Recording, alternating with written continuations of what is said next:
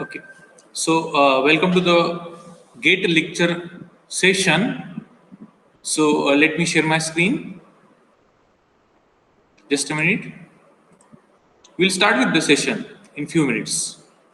So good evening, students. So welcome to the session on GATE exam preparation, AICT sponsored Prerna Center for SC/SC students at Vidya Pratishtan's Kamal Nayan Bajaj Institute of Engineering and Technology, Baramati.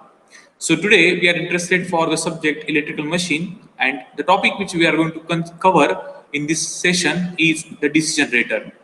So today's date is 15th September 2020, and we are conducting this class at 5 to 6 p.m. So we will go ahead.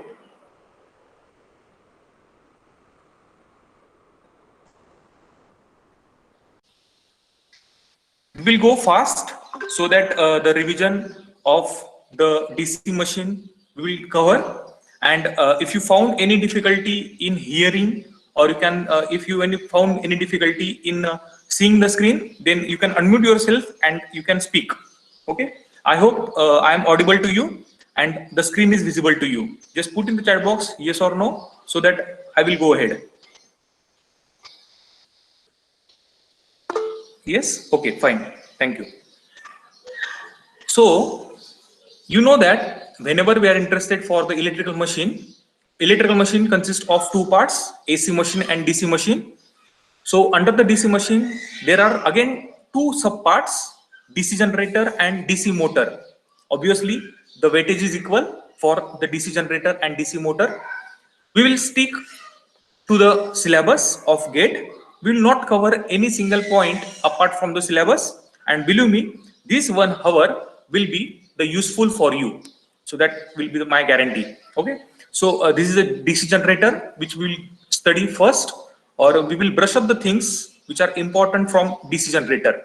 We will take the numericals from the GATE, and after that, if the time permits, we will take the DC motor also. So keep your notebook and pen with you. Okay. So quickly revise the things. What is the DC generator? Input, we need the mechanical energy, and output is the electrical energy. We know that we are an electrical engineer, and believe me, we are not generating the energy. We are simply converting the energy into one form into another form. So mechanical energy is converted into electrical energy with the help of DC generator. So this man you have very well known about this. So that is a Mr. Faraday, who is a pioneer of electrical engineering. And what is the Faraday effect?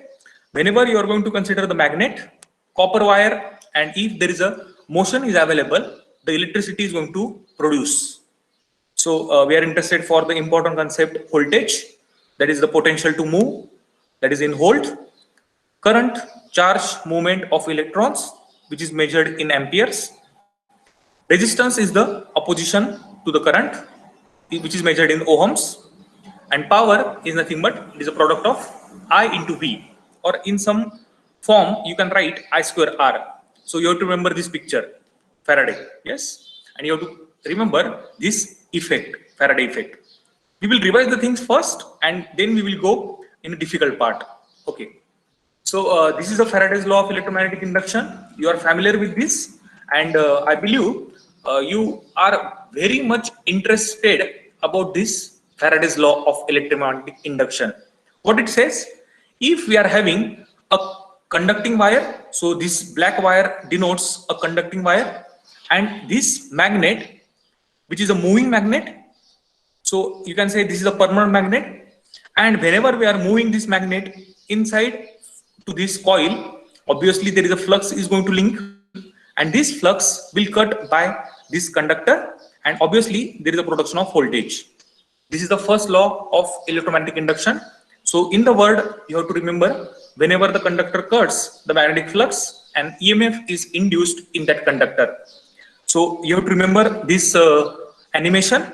With the help of animation, you can easily explain the concept to, or you can say you can easily represent this Faraday's law in a simple words. So this is the equation of second law. The magnitude of induced EMF is equal to rate of change of flux. So E is equal to N d phi by dt. we are going to consider the Lenz law. So Lenz law is the opposition which is offered. So we have to consider the negative sign. E is equal to minus n d phi by dt, and we know that what is flux, what is B, and what is A, area. Yes. Whenever we are interested for the Faraday's law, obviously there are two parts: dynamically induced EMF and statically induced EMF. What is the dynamically induced EMF? The diagram which I have shown you before, the animation, in that you are going to see the magnet is moving and conductor is a stationary. It is possible the voltage is generated whenever the conductors are rotating and magnet is fixed, and this arrangement is called as dynamically induced EMF. So you can see over here, the magnet is a fix, the coils are rotating inside this. So both way there is a possibility of EMF induced, and with the help of this is called as dynamically induced EMF. So for this you have to remember one important name. It is called as a MSB. But we have heard this word before, Mahendra Singh Dhoni. And whenever we are interested for the magnet is stationary, then it is called as dynamically induced EMF. So this is the analogy to remember what is meant by dynamically induced EMF. So you have to remember M stands for magnet, S stands for stationary, and D stands for dynamically induced. So you don't need to remember the another concept. Magnet is rotating, that concept. You don't need to remember. Just need to remember magnet is stationary. So that is called as a dynamically induced EMF. Yes. Now we are interested for statically induced EMF also. We know that statically induced EMF are of two types: mutually induced EMF and self-induced EMF. What is the meaning of mutually induced EMF? Let's consider we are using a DC source, we are using the switch, we are using the resistance, we are using the conductors, and these conductors are wound on some part that is called as a solenoid. Let's say the another solenoid is placed nearer to a coil. So this is coil B. We are using the galvanometer. Yes. Let's say whenever we are going to switch on the supply, what will happen? Current is going to flow from this A wire.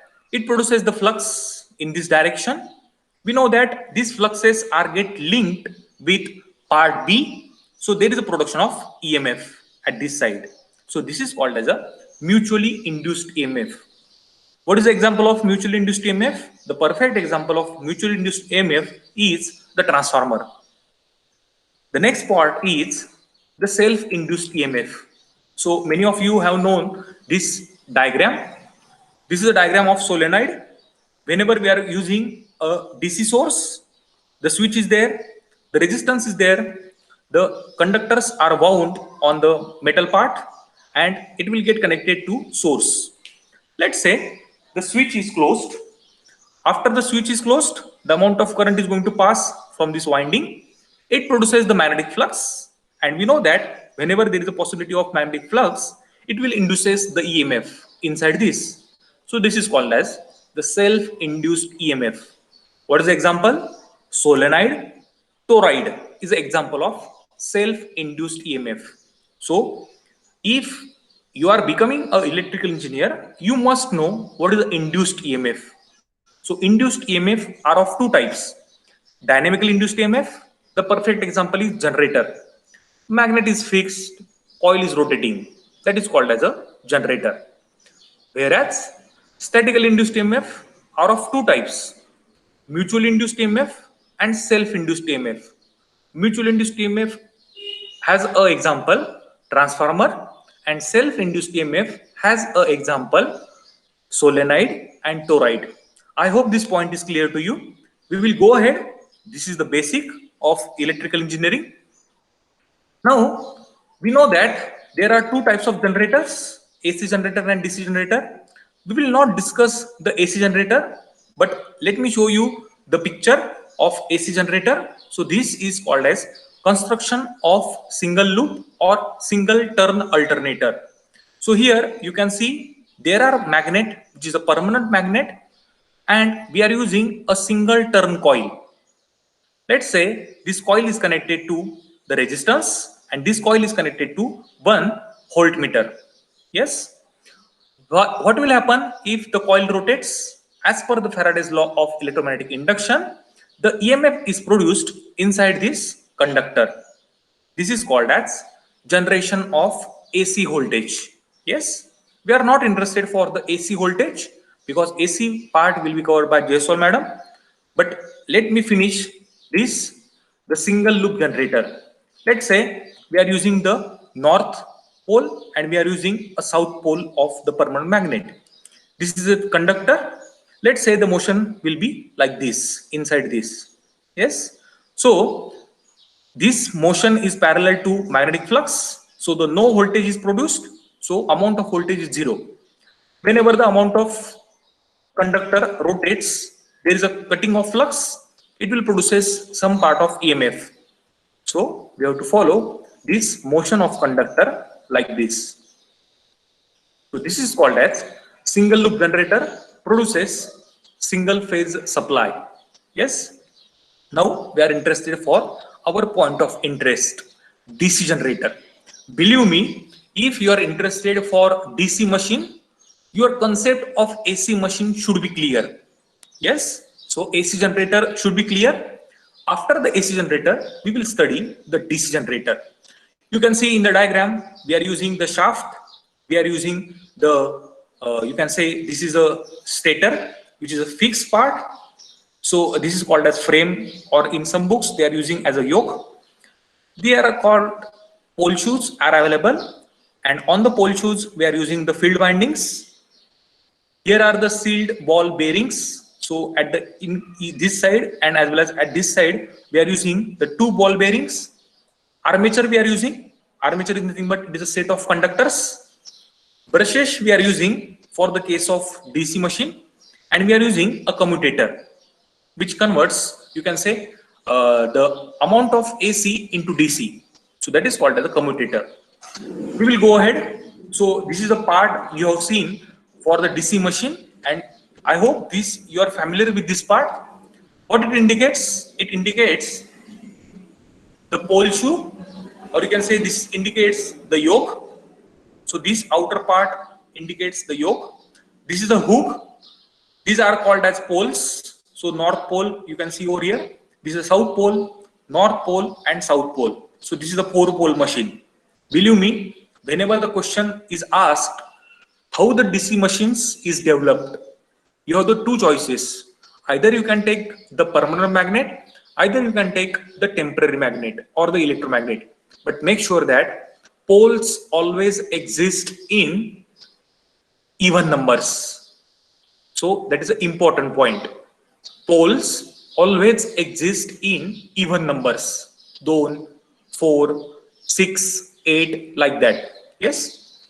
Whenever I'm going to ask the pole pairs, so pole pairs are 2, but poles are 4. Pair means the combination of 2. This is the commutator. This is the point of our interest.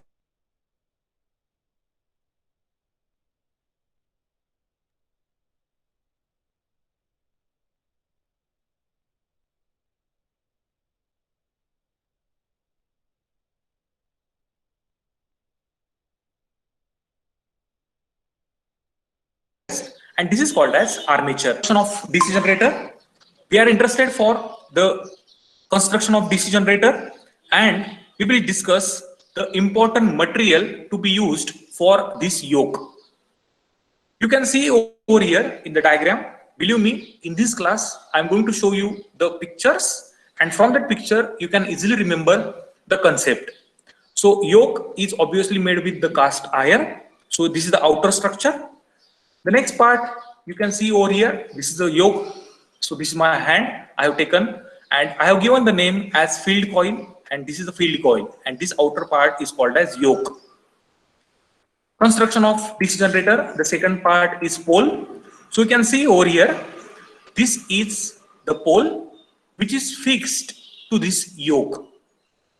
What is the purpose of this pole which carry the field winding? So you can see over here, this pole is responsible for carrying the field winding. It is a rectangle cross section laminated to reduce the heat loss, and it is fitted to yoke through bolts. So this is fitted with bolt. Yes. So this is called as pole. The third part is field winding. On the yoke, on the pole shoe, you have to wound the winding to create a electromagnet. This is called as field winding.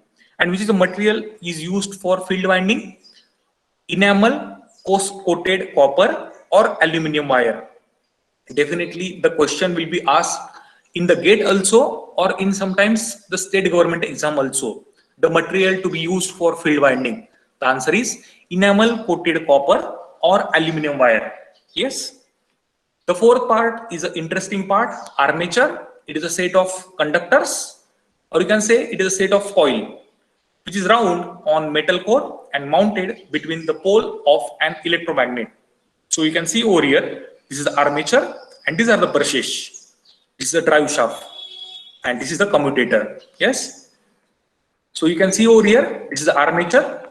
Armature is made up with the laminations. So this is a single lamination. If we are using the set of laminations, this forms the armature core, and whenever you are going to wound the winding, it is called as armature winding. So armature winding are of two types, lap winding and wave winding. Believe me, the question is surely asked to differentiate between lap winding and wave winding. For this difference, you have to just remember one trick which I have developed for me.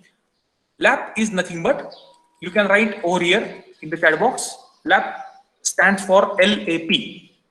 In the lap, you have to remember that number of armature, or you can say, just a minute, the number of armature is equal to number of poles.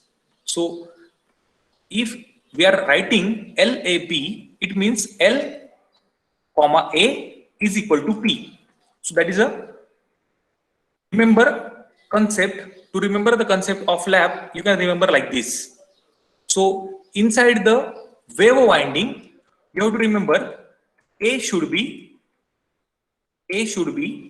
2 always. Yes. But for the case of lap, the number of armature parallel conductors are equal to number of poles. And for the wave, you have to remember A, or you can say armature conductor parallel paths is equal to 2. Yes. And how to identify the application of lap? So believe me, you have to remember this logic. LLV. What does it mean? L stands for lap, L stands for low voltage, and V stands for voltage. So lap winding is used for low voltage and high current. So I have written over here, the lap winding is suitable for low voltage but high current. So you have to remember LLV as a simple abbreviation, and by this concept you don't need to remember for wave.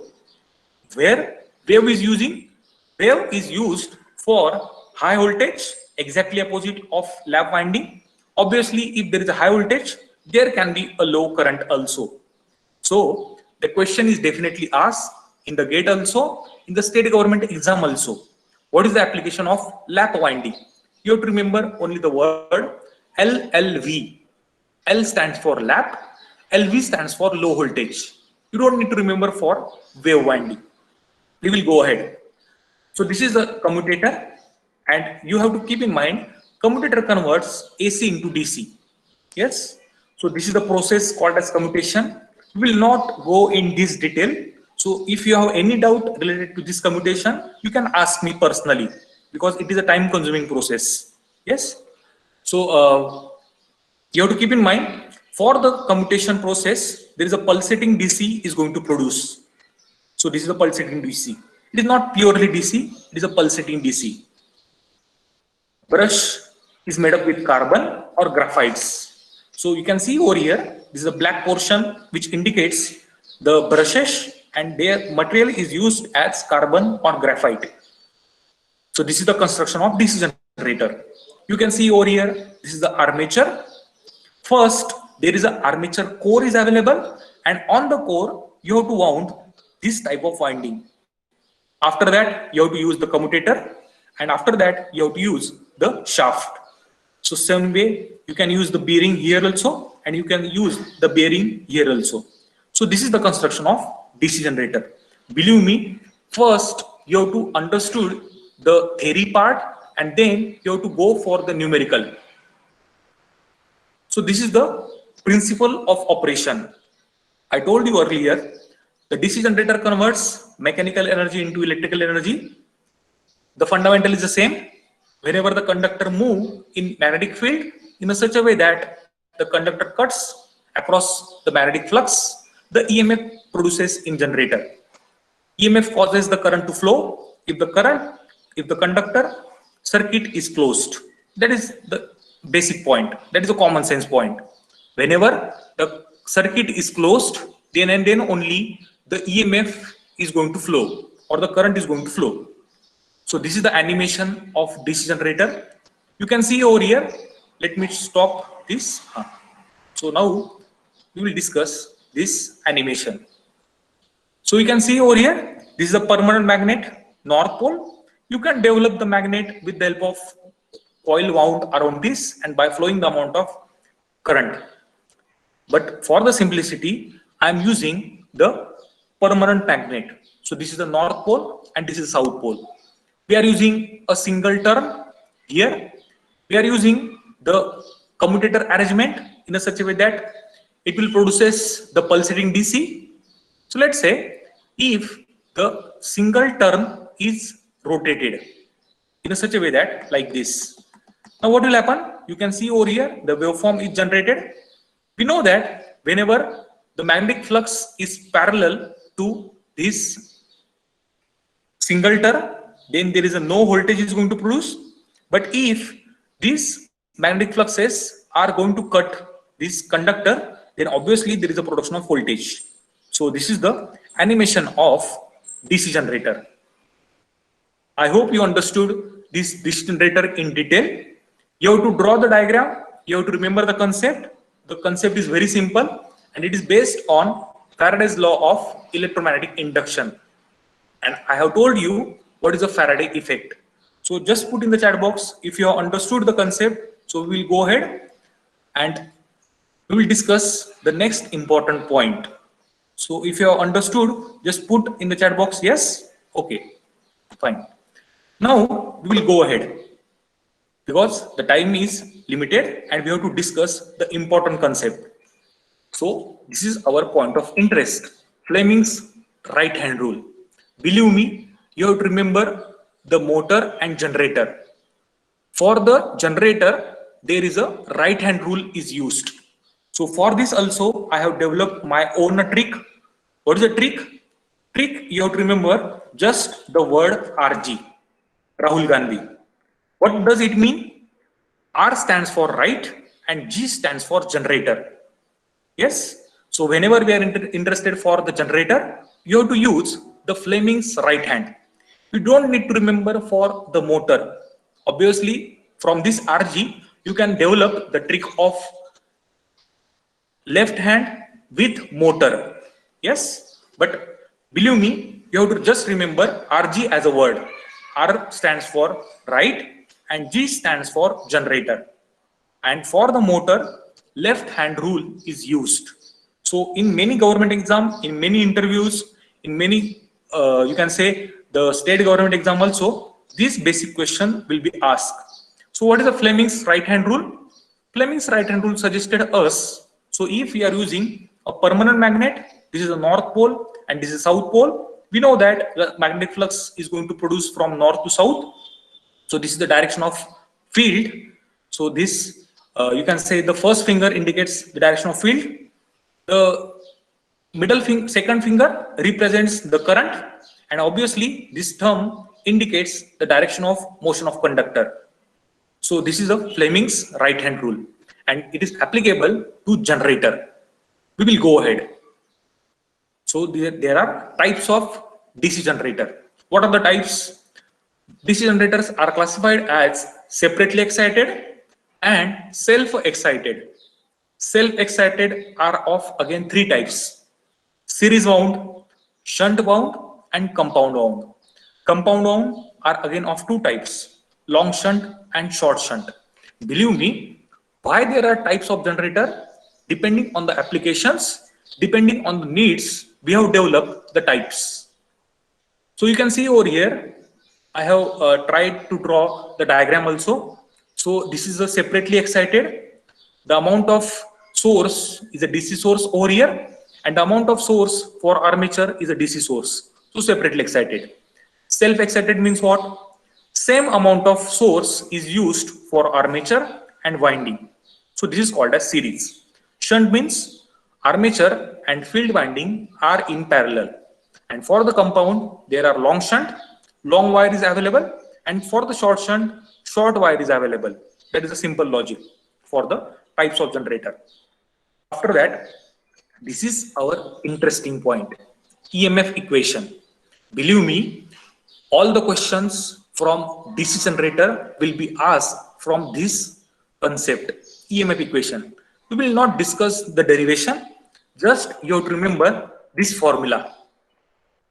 5PNZ upon 60A. This is a general generated EMF equation. I hope you can easily see this formula and you have remembered this formula in a very well manner. So here you can see for the lap winding, I told you you have to use A equal to P. A equal to P. The formula becomes only 5PZ upon 60. But for wave winding, you have to take A equal to 2. So if I'm going to take A equal to 2, it becomes 16 to 2, 120. And you have to remember this 5P and Z. You have to remember this formula. Put the value of A as P for lap. Put the value of A equal to 2 for wave winding. So I told you the logic to remember. You have to remember only LAP. LAP. So L stands for lap. So let me put in the chat box also so that those who are new, they will understood. L stands for lap. A equal to P. You don't need to remember for wave. For the wave, A is always 2. If you go in Bangladesh, if you go in, you can say America, the armature conductors for wave is fixed and that value is 2. That's all. We will discuss the numerical now. So I hope you have the, yes, and this point is also important. The EMF generated is equal to terminal voltage plus armature drop. We will discuss one important numerical which was asked in GATE 2017 and we will try to solve that numerical. So here is your numerical. We'll take one simple numerical first. Let's say a 4-pole generator having wave wound armature winding has 51 slots. So what they have said? They have said that we are interested for 4 poles, then I have to write P equal to 4. Wave, they have found the armature winding we are using as a wave structure. So obviously we have to write A equal to 2 as it is a wave winding. Has 51 slots. So 51 slots indicates the Z. So each slot containing the 20. So we have to multiply this 51 into 20 to find out Z. Z is nothing but it is a set of conductors, total number of conductors. If we are going to multiply with slot and conductors, we will get the Z. What will be the voltage generated if the machine when driven at 1500 RPM, assuming the flux per pole to be 7 milliweber? What is this flux per pole? Obviously it is a phi, and whenever there is a milli, you have to consider the factor as 7 into 10 raised to minus 3. Speed is 1500. Now we are interested for the voltage generated. What is the formula? Formula is very simple. Eg equal to 5P NZ upon 60A. A is 2. So you can take 120 in the denominator. Put the value of phi, put the value of P, put the value of N and put the value of Z. You will get the EMF generated. And what is the value? The value is very simple, 178.5. I hope you understood the induced EMF equation and application in terms of wave winding or in terms of lap winding.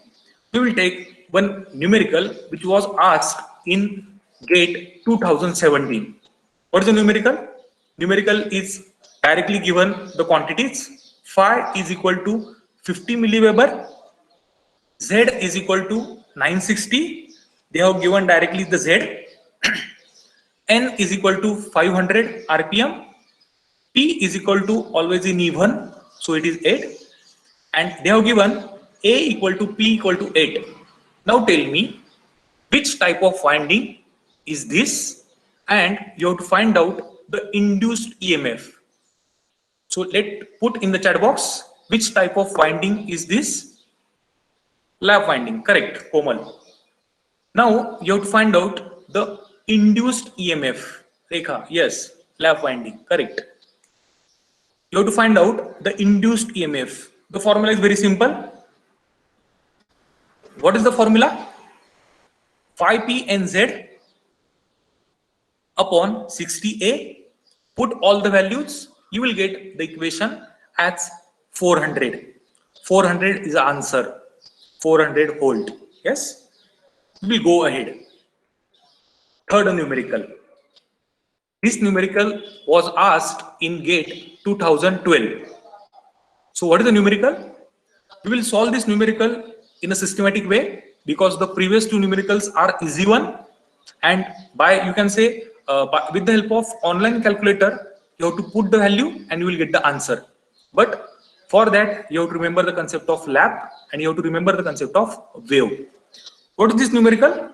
An 8-pole DC shunt generator with 800 wave connected armature conductors is running at 600 RPM, supplying a load of 12 ohm resistance at 60 volt terminal voltage. The armature resistance is 0.25 ohm and field resistance is 250 ohm. Find the armature current, induced EMF and flux per pole. Believe me, this is a NAT type question, numerical answer type. There are no options. You have to solve, you have to find out all these three values and you have to enter in the answer box. So by looking at the numerical, don't get panic. Just try to write the given quantities first. What is the given data? They have given P is equal to 8. So pole is equal to 8. They have given directly Z, 800. They have given the hint as wave connected. So for the wave, you have to remember A is equal to 2 always. In America, in India, in Bangladesh, or in any world, or in you can say any country, the value of A is the same. N is equal to 600. We are interested for the resistance. So RL, load resistance, 12 ohm. V as 60 volt, and they have given the value of armature resistance as 0.25 ohm and field resistance RF, or you can say RSH shunt 250 ohm. And what is our point of interest? Armature current, induced EMF and flux per pole. We will solve systematically so that all the 15-16 students can able to find out the answer in a proper way. We are interested for learning the DC machine, and whenever you understood any concept, you can get the confidence, and in the exam you can perform very well. So I believe in this particular point. Let's say the given data you have to write by reading the values, by reading the notations. You can easily write the given data. Try to write the new unit also, because this unit also matters. Now we will discuss the to find quantities. What are interested? We are interested for armature current IA, We are interested for induced EMF EG. The formula you have to use 5P NZ upon 60A. Flux per pole, we are interested. So you cannot use that formula over here because you have to find out the flux per pole. So the formula is here we are using is a different one. So what is the next procedure? We have to draw the circuit. Let's say this is a DC machine. The shunt winding they have given as 250 ohm. The load resistance they have given as 12 ohm. And the current they have given as 5 ampere. So here they have given the current as, sorry, we are interested for current finding. Sorry. So this is the voltage they have given as 60 volt. So 60 volt they have given this voltage. Yes. Now we are interested for finding out the current IL. What is the IL? You know that voltage divided by resistance. So 60 divided by 12. That is called as 5 ampere. But 5 ampere is going to flow in this resistance. What they have asked? They have asked the current flowing through this armature. Yes. Now what is the next step? The next step is very important. We have to take the ISH. So 60 here is the same as 60 over here because it is a parallel to this. So we have to take 60 divided by 250. So this is the 0.24. Now we have to use the Kirchhoff's current law. What is the Kirchhoff's current law? Current entering is equal to current leaving from this particular junction. तुम्हाला कळत असेल की इकडून 5 ampere इकडे flow होतो आहे आणि इकडून इकडे 0.24 एम्पियर फ्लो होतो आहे. Yes. Now what is the total current is available at this point? So for this you can add the addition 5 plus 0.24. So it will be 5.24. So if I am using 5.24 here, 0.24 is going to flow here and 5 ampere is going to flow here. So that is the called as application of Kirchhoff's current law. I hope you understood the armature current. After that, we are interested for EMF generated. For the EMF generated, you have to draw the diagram again. You have to put the value of current at 5 ampere from this load resistance. You have to put the value of current which is going to flow from shunt resistance, and you have to show this IA direction. So this 0.25, you can say they have given the value as armature resistance 0.25. After that, we have to take the product of voltage drop. What is the voltage drop? It is nothing but 5.24, which is a current, and 0.25 is a resistance. So this is the voltage drop called as 1.31 volt. So this is the voltage drop of armature, but we are interested for EMF induced inside the motor, or you can say generator, sorry. Then we have to use the formula EG equal to addition of 60, which is the value they have given, and we have found this 1.31. So if we are adding 1.31 plus this 60, we will get the EG total. That is called as 61.31. Now we have to use this formula. For what? For finding out the flux. We have all the quantities with us, EG with us, so this EG with us, N with us, Z with us, P with us, 60 is a constant, and A is nothing but they have given as the lap winding, so we have to replace this with number of poles. Find out the flux. You can remodify this equation, put all the values of EG, A, N, Z, P, and you will get the equation as 2 milliweber. Sorry, this A is nothing but your 2 wave winding. Yes, so this is related to flux. And what is the value of flux? Approximately 0.00195 Weber, or it is also called as 2 milliweber. So for solving this numerical, you don't need to get panic. You have to write the given quantities first. You have to draw the diagram. You have to indicate the neat labeled. After that, you have to use the current formula V upon R. Find out the value of current. Then use the Kirchhoff's current law. Then use the voltage drop. Add this voltage drop with your total voltage. You will get the generated voltage. And then use the basic formula to find out the flux. So I hope this numerical is clear to you, and believe me, such a type of numerical will be asked in your GATE exam. GATE exam is not a simple. The difficulty level is very high because from another countries like you can say Singapore, Dubai, Bangladesh, Sri Lanka, the people are going to approach for this GATE. Yes, so difficulty level is very high and numericals are of this kind. So just put in the chat box if you have understood so that we will go ahead. This numerical. Yes? Okay. Now we will discuss the next numerical. What is the numerical?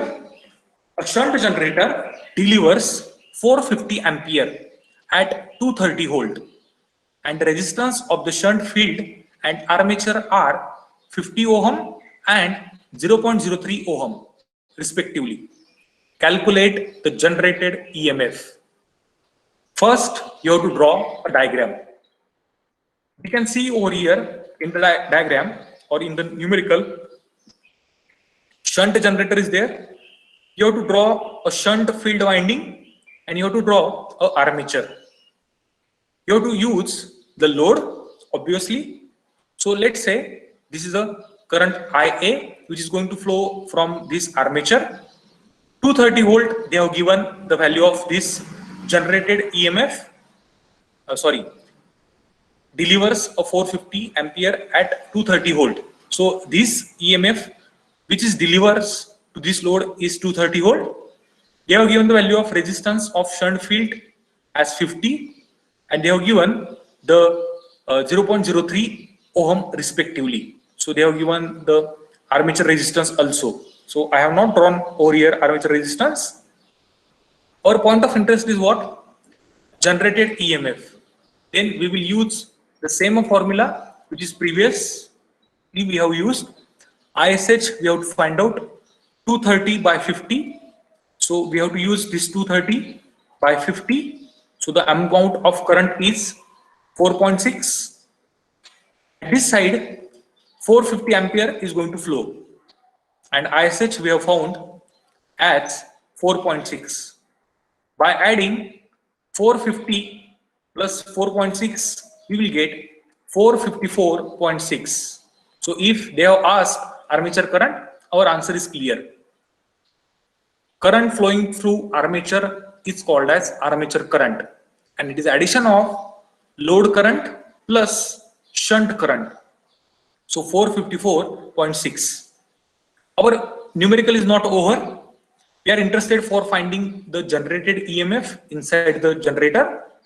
Then we are interested for armature voltage drop. So how to find out the armature voltage drop? Take the armature current, take the resistance of armature which is available 0.03, which I have not shown in the diagram, but you can show in your diagram. So take the multiplication of 454.6 into 0.03. The answer is 13.6 volt. Now you can use that formula. What is that formula? That formula which I have written after EMF generated equation, it is equal to terminal voltage plus armature voltage drop. What is the terminal voltage? You can see in the diagram. Terminal voltage is 230 and you have to use this armature voltage drop as 13.6. So take this addition, you will get your answer as 243.6 volt. So this is the another numerical which was asked in GATE exam. Yes. After completion of 4 years, there are a lot of subjects you can say 20 to 22 subjects are going to ask for GATE exam, and this point we always forget to find out for generated EMF, and that's why the difficulty of GATE we are feeling very high. So if you are going to study from initial few days, then you can easily score a good marks in GATE. Now we will take the MCQ practice. The theory part which we have discussed earlier, based on that we will discuss the MCQs. These MCQs I have taken from state government, central government, and from GATE exam also, and I have made one short MCQ test for this DC generator. You have to read the sentence question. There are 4 options are available, and you have to pick the right answer. So I will take one first MCQ. In DC generators, the pole shoes are fastened to the pole core by rivets, countersunk screws, bracing, and welding. What is the question? In the DC generator, the pole shoes are fastened. Fasten means they are tightened. Tight करतो म्हणतो ना आपण त्याला. ते tight कशाने केलेले असतात? Rivets, countersunk screws, bracing, and welding. You can put in the chat box also, and we will discuss here also. So what is the answer? Correct answer? The correct answer is countersunk screw. If you are remembering that diagram, the pole shoe is available, and we are using a nut bolts to fasten that pole with your yoke or frame. The second question is that the iron losses in DC machine are independent of variations in. So this is also the interesting question, and it is a, you can say, the tricky question. What is the question? Iron losses. You know that whenever we are using a DC machine, inside the DC machines there are always losses are going to take place. Losses means waste of energy. Now they have asked iron losses, which is a wastage of energy, are independent of variations in speed, load, voltage, speed and voltage. The answer is load. If there is a change in load, you can say that there is no effect of iron losses. So this you have to remember. The next question is, in the lap winding, the number of brushes is always equal to double the number of poles, same the number of poles, half the number of poles, and 2. What is the correct answer? In the lap winding, the number of brushes is always equal to the same as the number of poles. L equal to AP. Yes, A equal to P. So A is nothing but your armature conductors, or you can say the number of brushes. So it is equal to number of poles. The fourth question is, the armature of DC generator is laminated to. We have discussed the armature core, and we have found that they have made the laminations. Now why to make the laminations? Anyone you can answer in the chat box, so that I hope you understood my concern to study this DC generator. Why to use the lamination? To reduce the bulk, to provide the bulk, to insulate the core, and to reduce the eddy current loss. What is the answer? The answer is to reduce the eddy current loss. Correct. Yes, you are right. We will go ahead. What is the next question? The resistance of armature winding depends on, we know that R is equal to rho L by A. That is same in all type of winding. It can be a armature winding, it can be a transmission conductor, it can be a generator winding, any winding. So the answer is all of the above. Resistance of armature depends on all of the above. It can be the length of conductor, cross-sectional area, and number of conductors. We will take the second set. So that is the first set, this is the second set, and at 6 o'clock we will stop. Which of the following could be lamina approximately the thickness of laminations of DC machines. If you have studied the design of electrical machines, so this is a point which is a very important for fourth B people. You have studied the design of electrical machines, and inside the design of electrical machines, this point has an answer. You have to remember that for the laminations, thickness of laminations, we have to use 0.5 meter as a thickness. There is no trick to remember this thickness, but you can remember this fixed value for the laminations thickness. Next question, the field coils of DC generator are usually made of mica, copper, cast iron or carbon. Obviously, there is a field coil which is responsible for creating the field poles. So it is always made up with the copper. Next question, in case of DC machines, mechanical losses are primary function of. In case of DC machines, mechanical losses, you can say wastage of energy or heat, are the primary function of speed. So if the speed changes, the mechanical losses are also changes. So that you can remember. Load has no effect on losses of iron loss. Next point, a separately excited generator as compared to self-excited generator is dash dash. Whenever we are interested for comparing the separately excited and self-excited, what is the similarity between these two?